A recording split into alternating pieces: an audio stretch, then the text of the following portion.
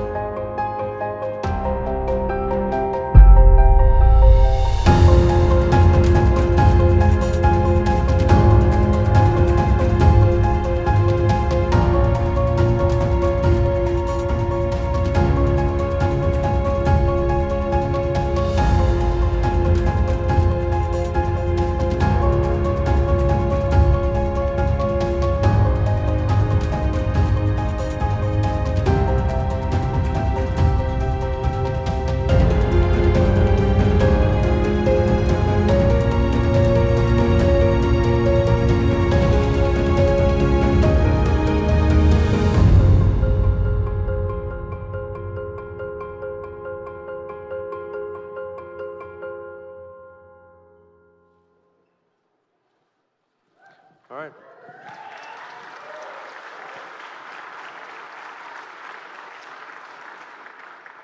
So this is a product we call the Tesla Powerwall.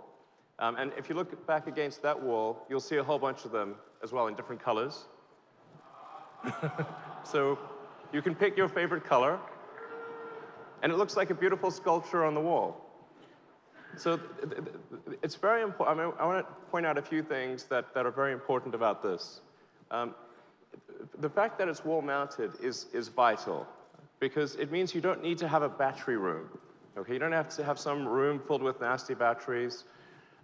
It means that a normal household can mount this on their garage or on the outside wall of their house, and it doesn't take up any room. I mean, it's flat against the wall. It has all of the integrated safety systems, the thermal controls, the DC to DC converter.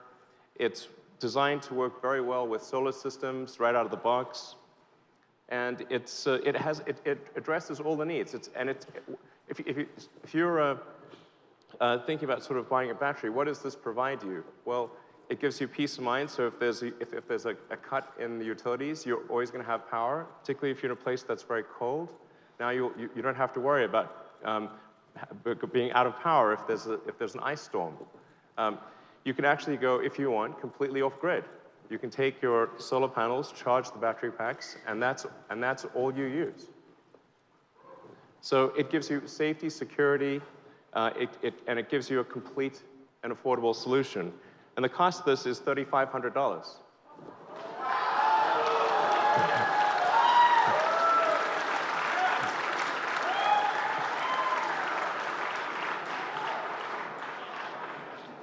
And it's designed so you can stack them on the wall. So if you look at the wall in the back, you'll see that there are some that are paired up. So you can have two. You can actually stack up to 9 of the Powerwalls. So you can have, I mean, even if you've got a pretty big thing going on, you can have 90 kilowatt hours. That's a lot. And very importantly, this is going to be a great solution for people in remote parts of the world where there's no electricity wires, or where the electricity is extremely intermittent or extremely expensive. So you can take the Tesla Powerwall, and it can scale globally. And in fact, I think what we'll see is something similar to what happened with the cell phones versus landlines, where the cell phones actually leapfrogged the landlines, and there wasn't a need to put landlines in a lot of countries or in remote locations. So people in a remote village or an island somewhere can take solar panels, combine it with the Tesla Powerwall, and never have to worry about having electricity lines. And I think this is going to be great. Having electricity lines are not the most pretty thing in the world. So being able to just have this solution that just works wherever you are, I think is going to be incredibly helpful to people that don't have electricity today. So.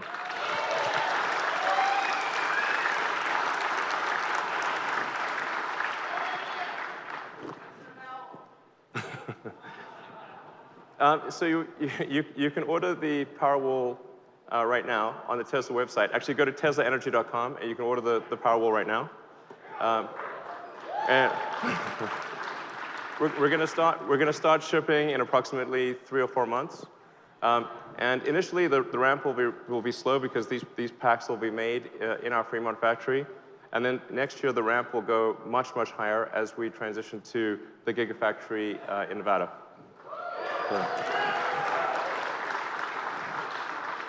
So this is a good solution for homes and perhaps for some small commercial applications. But what about something that scales to much larger levels? So for that, we have something else. So we have the Power Pack.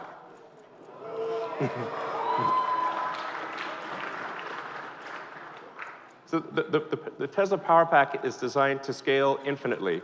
So you can literally make this into a gigawatt-hour class solution.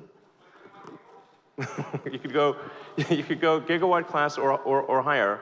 And in fact, we already have one utility that wants to do a 250 megawatt-hour installation just using the Power Pack. Now,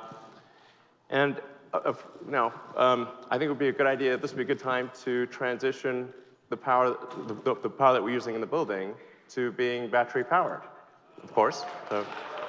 So let's go to the camera feed let's go check out the power meter.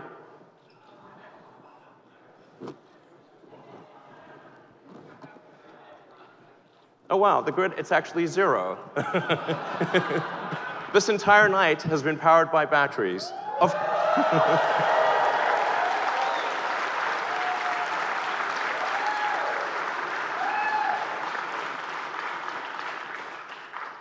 Not only that, the batteries were charged by the solar panels on the roof of this building.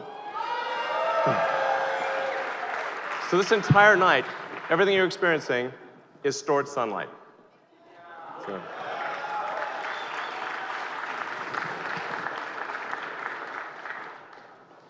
So when I say scalable, I really mean scalable. We can do gigawatt-class installations with the Power Pack. The whole system is literally designed for infinite scalability. So we could power a small city like Boulder with a gigawatt-hour class pack, and we can keep going here. So what I want to do is explore what's really needed to transition the world to sustainable energy. Is this actually possible? Is it something that is within the ability of humanity to actually do, or is it some insurmountable, super difficult, impossible thing? It's not. So with 160 million power packs, you can transition the United States. Okay? With 900 million, you can transition the world. You can basically make all electricity generation in the world renewable, and primarily solar, which will be. So, and then going a little further, if you wanted to transition all transport and all electricity generation and all heating to renewable, you need approximately 2 billion power packs. Now that may seem like an insane number, and I'm very tempted to do the billion thing, but restrain my hand. But in order to, it's like 2 billion power packs. Is that a crazy number? Is that an impossible number? It is not, in fact. The number of cars and trucks that we have on the road is approximately 2 billion.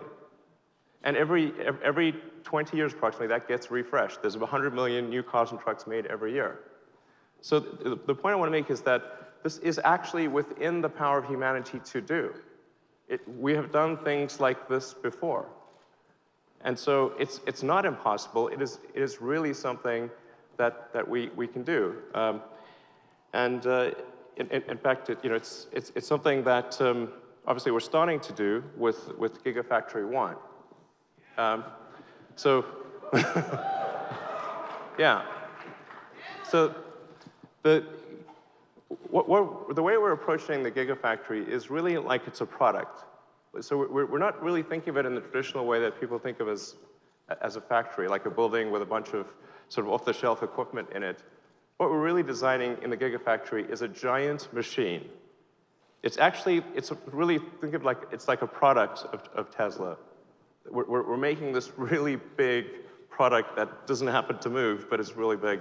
And that's what we're doing, is Gigafactory version 1. And we're building that in Nevada right now. And there will need to be many Gigafactories in the future. And with, I do want to emphasize that this is not something that we think Tesla's going to do alone. We think there's going to need to be many other companies building sort of Gigafactory class operations of their own, and we hope they do. And the Tesla policy of open sourcing the patents will continue for the Gigafactory and for the Power Pack and for all these other things.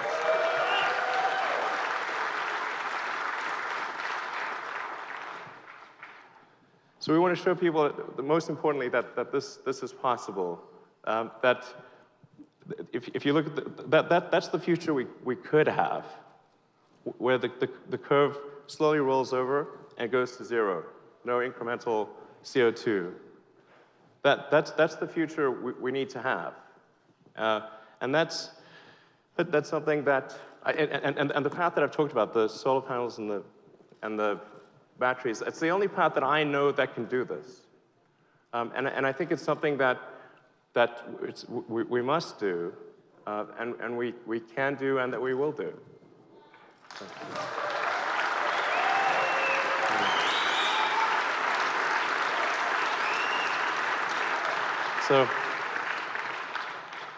So thank you all for coming tonight, and I hope you had a great time.